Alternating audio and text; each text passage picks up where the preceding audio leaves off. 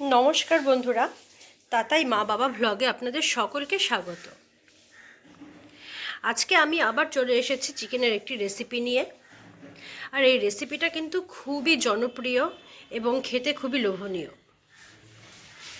আমরা তো butter chicken অনেকেই খেয়ে থাকি, তবে আমি আজকে যেটা আপনাদেরকে বানিয়ে দেখাবো সেটা হলো পিনাট বাটার চিকেন। তাহলে বন্ধুরা, আপনারা দেখে নিন আমি কিভাবে আজকের এই সুস্বাদু রেসিপিটি তৈরি করছি।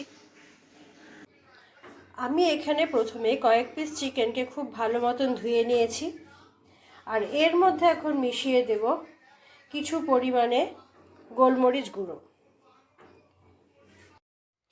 আমি এখানে গোটা গোলমরিচকে বেটে নিয়েছি, তবে আপনারা চাইলে বাজারের থেকে কেনা গোলমরিচের গুঁড়োও ব্যবহার করতে পারেন। আমি গোলমরিচ গুঁড়ো দিয়ে মেখে কিছু সময়ের জন্য রেস্টে রেখে দিচ্ছি। এদিকে আমি পেঁয়াজ আর লঙ্কাকে কুচি করে কেটে নিয়েছি, আর আরেকটি পাত্রে আমি আদা আর রসুনকে গ্রেট করে নিয়েছি। এখন আমি একটা পাত্রে নিয়ে নিচ্ছি পিনাট বাটার, তার সাথে মিশিয়ে দিচ্ছি ভিনিগার, তবে আপনারা চাইলে লেবুর রসও ব্যবহার করতে পারেন। এরই মধ্যে দিয়ে দিচ্ছি আমি মধু,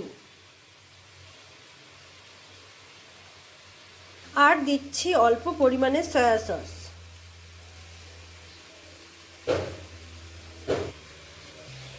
এখন আমি এই সকল উপাদানগুলোকে খুব ভালো মতন চামচের সাহায্যে মিশিয়ে নেব। আমি গ্রেট করে রাখা আদা আর রসুনটাকেও এই মিশ্রণটার মধ্যে দিয়ে দিচ্ছি।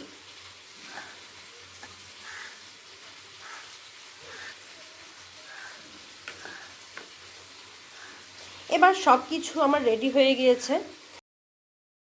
আমি এখন এর মধ্যে আর শুধু একটা জিনিসই মিশিয়ে নেব। আমি এর মধ্যে দিয়ে দিচ্ছি নারকেলের দুধ।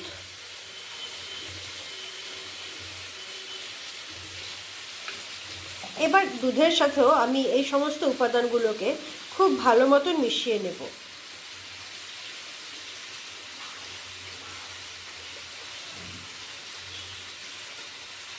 চিকেনটাকে রেস্টে রেখে আমার সব কিছুই তৈরি হয়ে গিয়েছে। এখন আমি চিকেনটাকে ভেজে নেব। তার জন্য আমি কড়াইয়ে দিয়ে দিচ্ছি রিফাইন্ড অয়েল। তেল গরম হয়ে গেলে আমি চারধারে এভাবে ছড়িয়ে নেব, আর একটা একটা করে চিকেনের টুকরোগুলোকে আমি এই গরম তেলের মধ্যে ছেড়ে দেব।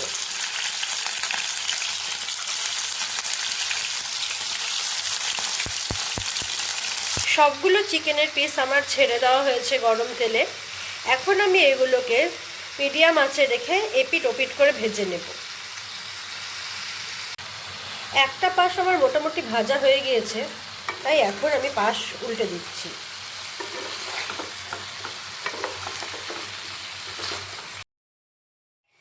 চিকেনগুলোর দুটো পাশই আমার ভালো মতন ভাজা হয়ে গিয়েছে, তাই আমি চিকেনগুলোকে এখন তুলে রেখে দিব একটি প্লেটে।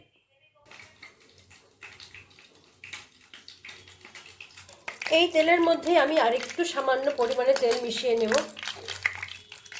এবার তেলটা গরম হয়ে গেলে আমি এর মধ্যে দিয়ে দেব পেঁয়াজ কুচি।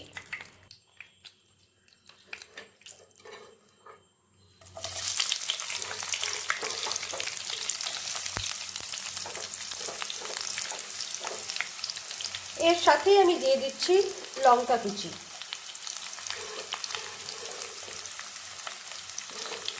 দিয়ে দিচ্ছি নুন। এখন আমি এই পেঁয়াজ আর লঙ্কা কুচিগুলোকে একটু হালকা লালচে করে ভেজে নেব। কিছুক্ষণ এভাবে নাড়াচাড়া করে ভেজে নিয়েছি। দেখতেই পাচ্ছেন পেঁয়াজগুলো নরম হয়ে গিয়েছে আর পেঁয়াজের রঙও পরিবর্তন হয়ে গিয়েছে। এখন আমি এই পেঁয়াজের মধ্যেই ছেড়ে দেব এই মিশ্রণটি।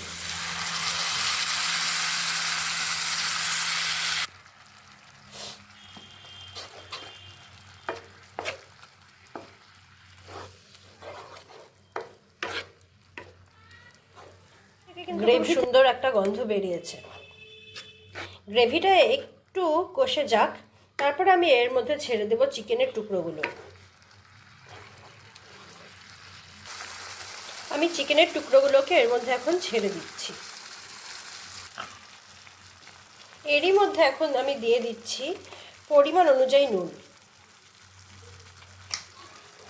যেহেতু আমি আগে একবার নুনের ব্যবহার করেছি, তাই এখন আমি নুনটাকে একটু কমই দিলাম। চিকেনটাকে এই মশলার সাথে ভালো মতন মিশিয়ে আমি কিছু সময় ঢেকে রেখে দেব আর কষিয়ে নেব।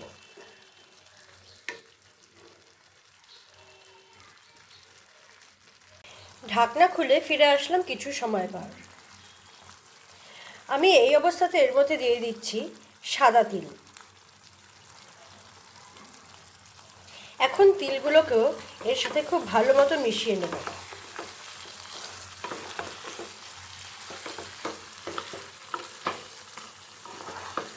তিলগুলোকে আমি মিশিয়ে নিয়েছি। এখন আবার কিছু সময় আমি ঢেকে রেখে সেরে চিকেনগুলোকে সেদ্ধ করে নেব।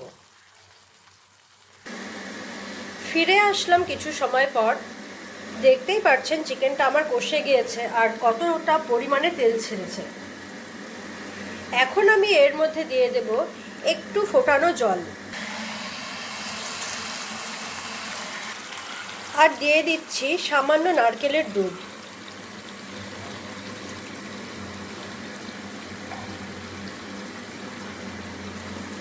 এখন এগুলোকে আমি খুব ভালো মতন মিশিয়ে নেব। চিকেনগুলো আমার সেদ্ধ হয়ে গেছে, তাই আর 1-2 মিনিট আমি এরকম ভালো মতন ফুটিয়ে সেরে গ্যাসের আঁচটাকে বন্ধ করে দেব। আমার পিনাট বাটার চিকেন রান্নাটি হয়ে গিয়েছে। এখন আমি এটা সার্ভ করে ফিরে আসবো আপনাদের সাথে।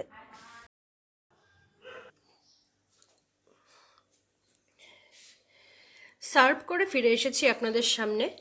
দেখতেই পাচ্ছেন আমার পিনাট বাটার চিকেন একদম রেডি। এটা দেখতে যতটা না সুন্দর হয়েছে, খেতে কিন্তু ঠিক ততটাই টেস্টি হয়েছে। ভাতের সাথে এটা খেতে খুবই ভালো লাগবে। তাছাড়াও আপনারা খেতে পারেন রুটি, নান, পরোটা এগুলোর সাথে।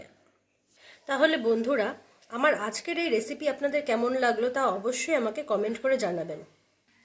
আর আপনারা যারা আমার ভিডিওগুলো দেখছেন অথচ এখনও আমার চ্যানেলটিকে সাবস্ক্রাইব করেননি, তারা প্লিজ আমার চ্যানেলটিকে সাবস্ক্রাইব করে নেবেন। আমি আমার আজকের ভিডিও এখানেই শেষ করছি। নমস্কার।